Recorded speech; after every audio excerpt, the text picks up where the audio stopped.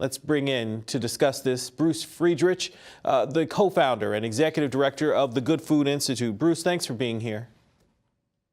It's my pleasure, Derek. Thanks for having me. Thanks for covering this topic. Sure. It's an important topic. I mean, let's talk about the risk being raised by the United Nations in this new report.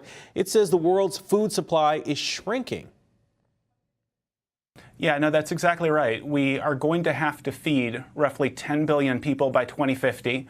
We already have roughly 700 million people living in nutritional deficit.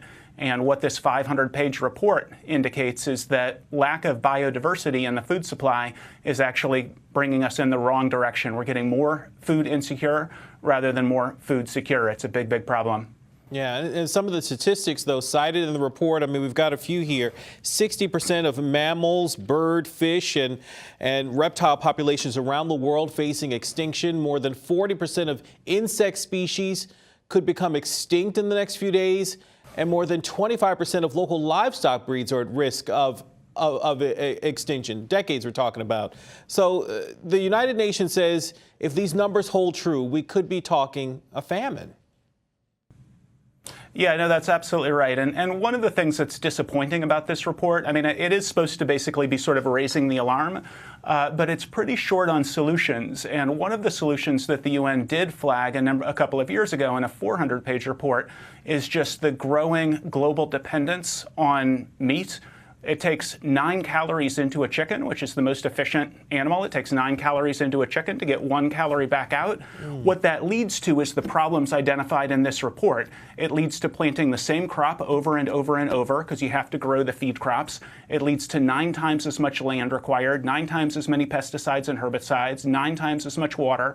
Like, one of the things we really need to get serious about if we want to solve this problem is figuring out how we can satisfy people. Like, pretty much everybody likes to eat meat. So how do we give people the meat they want, but without all of the harm? And one way to do that is just to take the plants and biomimic meat, to put R&D resources into creating meat from plants.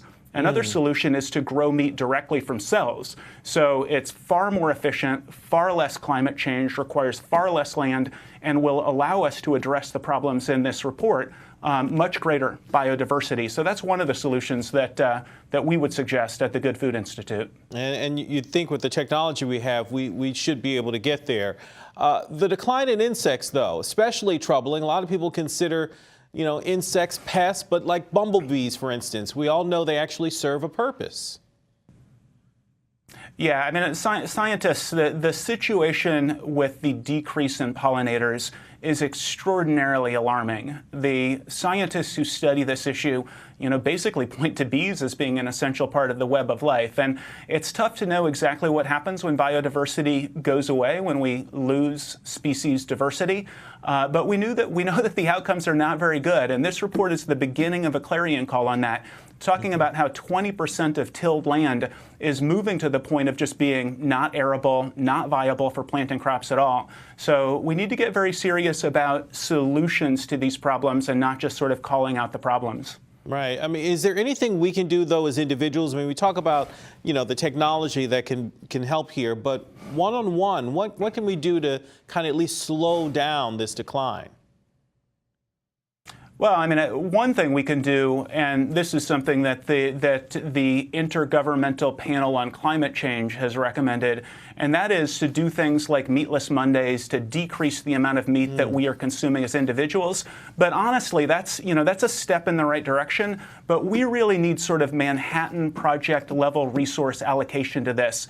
It's not just species loss, it's not just climate change, it's also keeping antibiotics working. And if antibiotic resistance continues to go up, that's the end of modern medicine. Right. So people like to eat meat. We're going to have to produce 70% more meat by 2050. We should get serious about biomimicking meat from plants. It's something that Bill and Melinda Gates are very excited about.